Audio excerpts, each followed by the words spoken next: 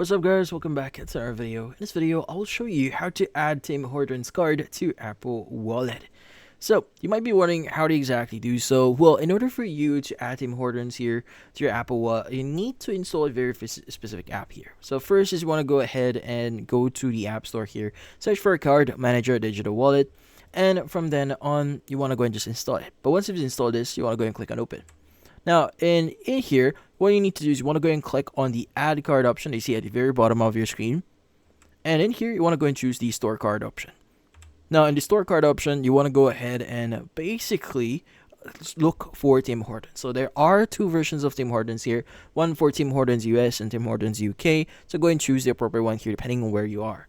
But once you select that, what you need to do is you just need to basically specify the details here. Now, by the way, you could scan this. The first one that you should be seeing here is going to be a scan option, but you could go and just click on the enter details manually option, and you should be able to see this one. You could add the card name, the card number, and here the PIN, also some notes here, and also the expiration date for it. But once you've added all the details, just click on save, and you should be good. And that's about it.